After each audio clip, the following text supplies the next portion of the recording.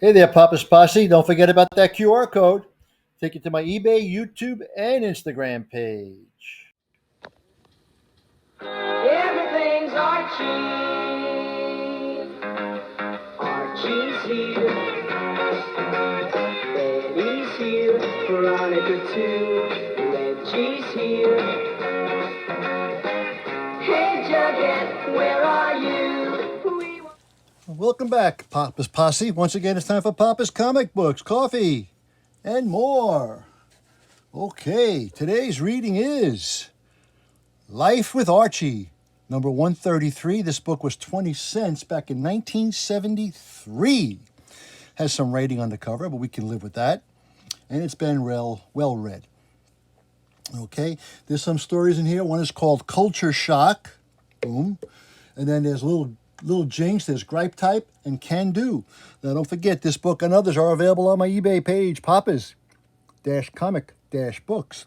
Please hit that like button, subscribe to the channel, and leave me a comment. Tell me what you thought about it, okay? Let's get to it. Helplessly trapped, Archie and his friends find themselves facing fiends in another dimension. Be sure to read Culture Shock. This is it, gang. We'll go down fighting.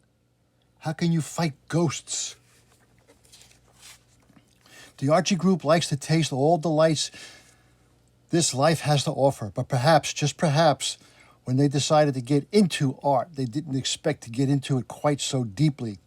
Why not join them as they enter the quaint little gallery of Zaborno Magesta, that soulful little European painter, and form a meaningful relationship with Culture Shock? Ronnie, this is fascinating. This town is famous for its art colony. Never saw so many art galleries in one place, all over the place. Zaborno Magesta, that's quite a name. Oh, hello, are you Magesta? Yeah, I am he. You will excuse, please, mine badly English. I from old country still speak. Oh, Mr. Magesta, you mustn't apologize for your English. Oh, golly no. An artist speaks with his brush and paints. Is it not so? I wish I'd said that. Go ahead, if it will make you feel good. You are being most kindly to these old painter, miss. If mine art speaks to you, I am happy. Are all these his? His paint's kind of gruesome, doesn't he? A cheerful Charlie he ain't. Browse, young peoples. Look and listen to what my artie's saying to you. Enjoy. Thank you. Gee, they're well done, but they are kind of eerie, aren't they? Wait a minute. One by one, the youngsters turned to the painting that had caught Archie's eye, and there was something compelling on the gloomy old mansion depicted there. It's an old house, but there's something about it. He's looking. Oh, yes, an old memory, my friends. Note the door. Look closely, ever so closely. Is it not, how you say, like 3D? The feeling of depth, have I not captured it magnificently? Golly, yes, it's like the old reach right out from the old, like the old reach out right from the old door handle, and I did it.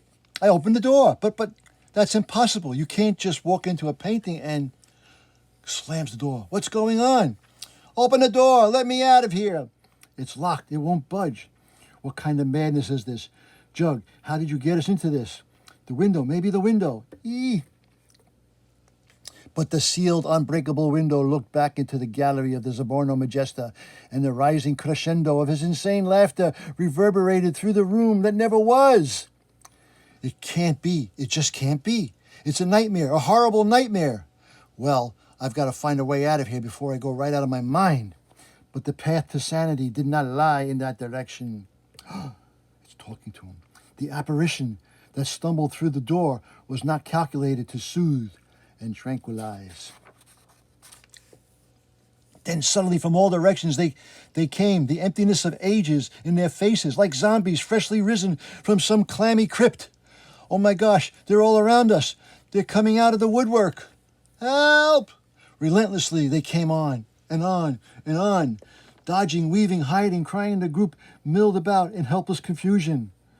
Panic set in, sheer mindless screaming. Oh no, oh no, oh no, no, no, no, no, no, no, no. Until family helplessly cornered the terror-stricken group, stood fast awaiting the approaching onslaught. This is it, gang. We'll go down fighting. How can we fight ghosts? But suddenly, help! You've got to help us. Huh? We've been here for ages. Did you come to rescue us? Or are you merely more of his victims? Whose victims? That madman out there. Soborno Magesta, the mad painter of Westport. We were just looking at the picture. It looked so real. You too? You reached out for the door handle? Yes, he's the devil himself, that fiend. It's been 10 years since I walked into his gallery. Well, I'm not staying here 10 years. Let's search this evil old place. Do you think we haven't exhausted all the possibilities? There is no way back. The place is empty, deserted, even unfurnished, except for that one room upstairs. Oh? Some sort of workroom, filthy mess, really. An artist studio. This could be where the madman painted this picture we're trapped in. Nonsense. We saw his painting. It's the outside of a house. How could he contain actual rooms and the equipment? Look, we're not really here. This is all in our minds. That's not simple. That's too simple. There's something unearthly devilish about this whole thing. I wonder if that mad artist could be from Transylvania. It's hopeless, hopeless. We are fated to live for all eternity in this limbo. Maybe, just maybe what? You ready for a long shot? What long shot? We're in some sort of never-never-land, Arch. We'll try anything, even one of your ideas. Okay, Betty, you're the best artist at Riverdale High. There's never been an art show in town that she didn't win first prize in. I'll do anything to get us out of this frame. But what do you want me to do? With your help, maybe, just maybe, we can paint our way out of here. What? I think this was Soborno Magesta's studio. In some other time, place, dimension, maybe, but I think it was his. Go on. And I think the unearthly power, the magic, whatever you want to call it, is in these paints. By golly, it's worth a try. What is? Can you recall the gallery as it would look from inside this picture? I'll try, but gosh, I'll try. Think, girl, think. And Betty works, thinks, concentrates frantically, desperately. While the mad painter leads two more hapless victims to the living room. The feeling of depth, I have not captured it magnificently. Sorry, folks, that picture is not for sale.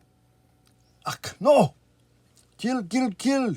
No, don't touch him. Just leave this evil place and take the picture with you and destroy it. Once outside the gallery, Archie did what had to be done to the devilish painting, threw it in the trash and broke it up, while the haggard victims fled with unbounded joy the faintly remembered homes and loved ones. Betty, where is Betty? She's still in there with him, but this time the story had taken a different twist. Come in, my friends. I wish to unveil my latest masterpiece. I don't know much about art, but I know what I like, and I like it. Yup, unless someone paints him a magic cake with a magic file in it, he's out of circulation for a while. They painted him right in there. Look at that. Little Jinx, lullaby oh my. Lullaby oh my. Look, Daddy, I borrowed the special doll from Gigi. You have so many dolls, little Jinx. What's so special about this one? It has a music box inside that plays a lullaby that puts you to sleep. Puts her to sleep, but keeps him up. Ooh, any 15 for $1.97. Now that's a deal. You'll be paying for it for the rest of your life, but that's a deal.